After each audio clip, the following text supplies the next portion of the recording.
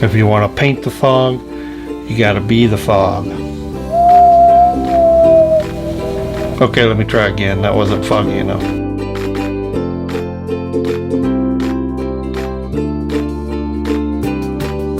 Hello all you minders out there. Welcome back to the Mind of Watercolor. Today I'm going to paint a mountain shrouded in fog. I think this will be kind of fun. We're going to use some real fluid wet washes. But we're also going to use some blending techniques with a bristle brush. And as inspiration and reference, I'm going to be using this image which I downloaded from Graphic Stock. And with that, I'd like to introduce Graphic Stock as my sponsor today for this video. Graphic Stock has the largest unlimited download library of stock graphic images on the internet. Photos, professionally done illustrations, vectors, including a number of editable text vectors, and of course vectors, as you know, are editable themselves. So it's going to be great for you designers, painters, for the reference and the ideas, digital scrapbookers, collage journalers, card makers, you name it. That anyone who likes to use digital resources through one paid membership and unlimited download versus a lot of stock out there which you pay by the image. You can pay up to $30 for a single image. Now today in this video we have a free 7-day trial. If you sign up for that, you will be able to download up to 140 images during the free trial. If you like it, you can then become a member. Just $99 for an entire year of unlimited downloads. And all of these resources are 100% royalty free. So go down in the description, sign up for a free 7-day trial, and start downloading. Well, Reese, ready to get started painting some of this fog? So as I said, I'm going to use this stock piece as my guide. Several things I liked about it, but I will deviate from this in areas. There's almost too much fog in here, and I want it to settle a little more in the valleys probably.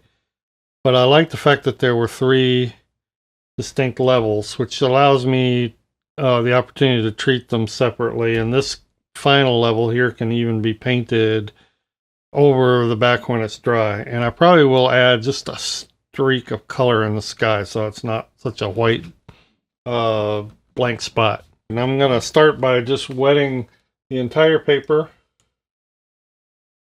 This is a 140 pound cold press block. This is actually a fluid paper. We'll talk about that later. This is not arches.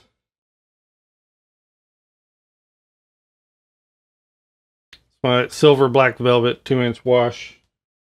And I'm going to use a mix of Ultramarine Blue, some Cobalt Violet, some Paynes Gray, and just dabs of Phthalo Green.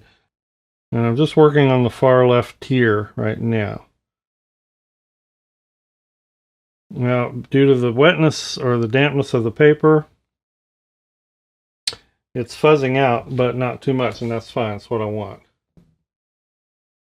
Now, this is a fine line bottle. Some people call them oiler bottles.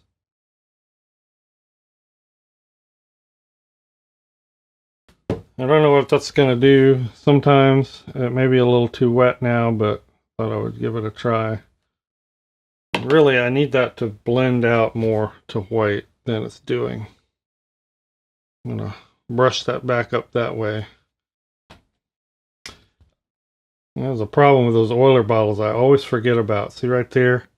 They scratch the paper. They bruise the paper.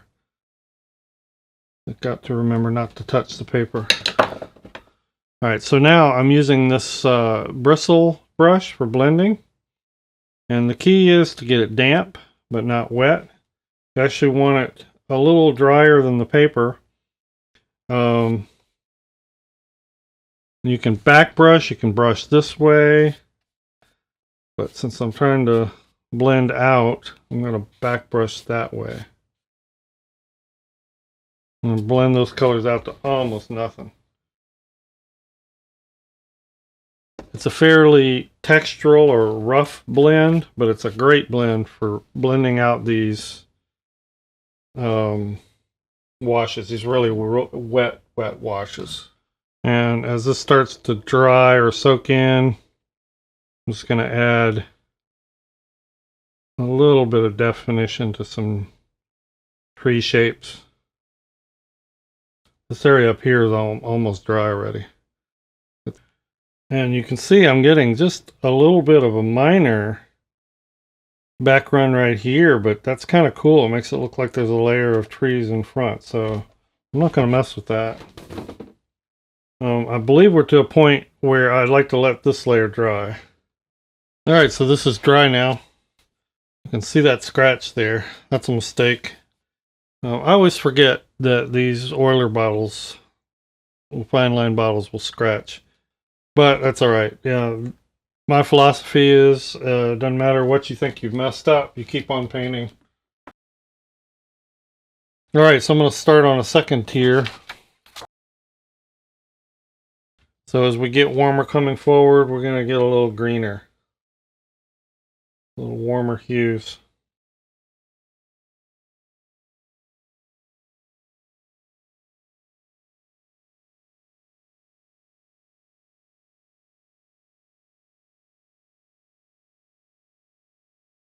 Now rather than use the bristle brush, I'm going to pull that paint out in a fluid blend this way.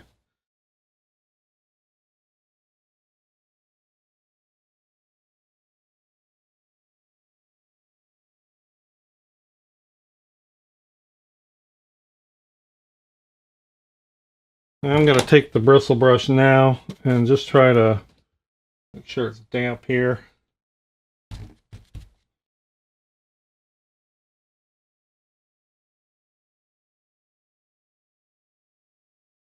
Break up some of the hard line. The Phthalo Green is really staining. That's okay. As long as I can break up some of it.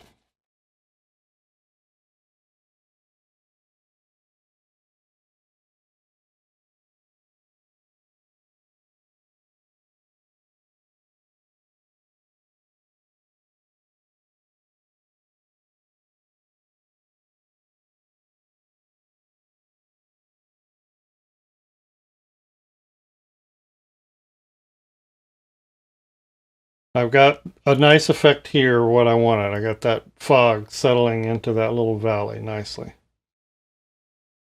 But overall, I like what's happening. And we'll let this dry and move on. Alright, now for the front layer. I'm going to lay in some color, and this is pretty much just color all the way to the corner. This is going to be my darkest, most vivid layer yet. So I need to get it pretty dark. And this is going to be where my composition also varies the most from the reference. Using mixtures of Prussian Blue here, number of things, Paynes Gray, Phthalo Green, Azo Green.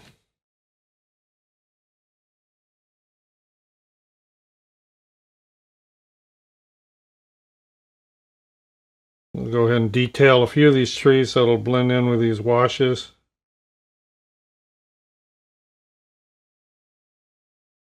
Let's get some more yellow-green color here.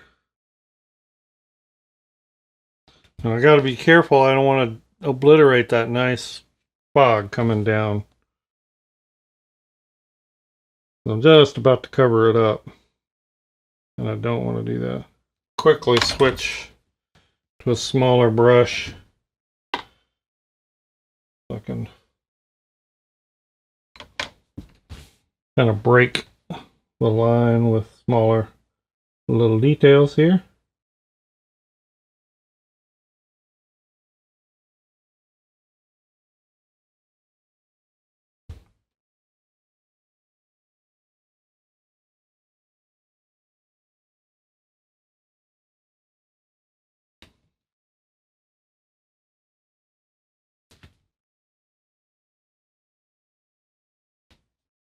It's looking pretty good.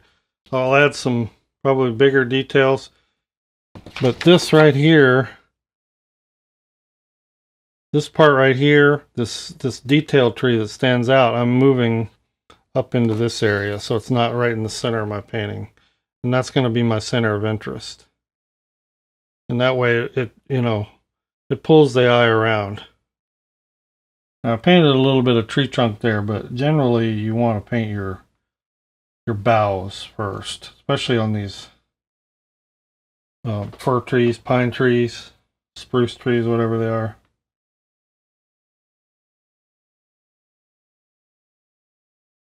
I just think it gives you the opportunity to make chunks disappear where you want them when you go back and add them later.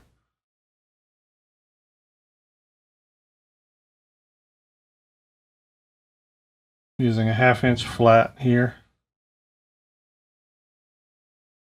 And you can pretty much use the same color to put in the trunk, because I mean, about what you're seeing is a silhouette in a lighting situation like this.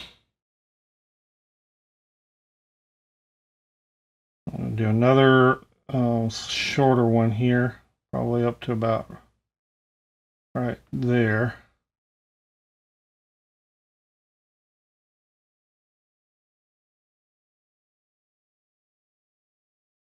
Don't make these look, you know, perfectly uniform. Give them some interest.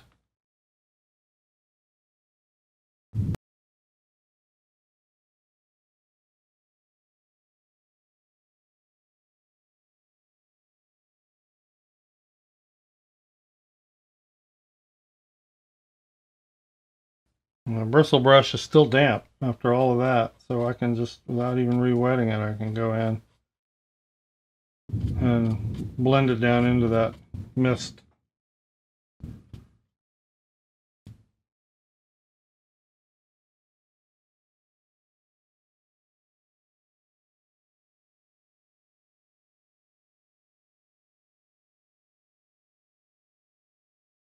Alright, well, I think I'm pretty much going to call that finished. One note of interest, I was able to repair the scratch. I just went in with some aqua cover. I tried to lift and it didn't lift. Aqua cover is just a natural white meant to imitate the natural white of the paper. This one is for arches, but it worked pretty well for this fluid paper. And I just blended it in there. Now, my thoughts on fluid paper.